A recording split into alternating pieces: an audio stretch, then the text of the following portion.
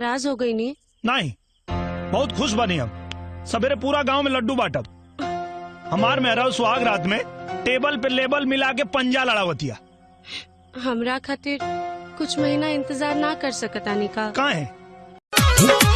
मिली नाही मजा राजा ऐसन पनीर में, ऐसन स्वाद नाही मिली त कबीर में। आके तनी चिखरा काटे रात भर मच्छर ना लगावे मच्छरदानी,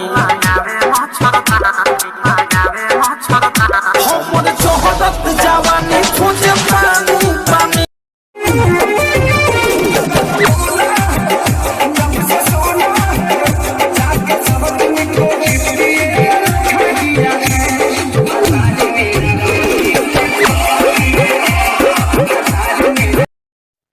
साला जिंदगी खराब हो गई। का सपना रहे, कमैती खैती मस्ती से जियती।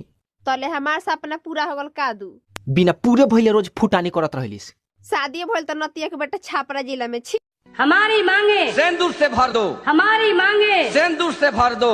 जो हमसे टकराएगा वो पति देव कहलाएगा, जो हमसे टकराएगा वो पति देव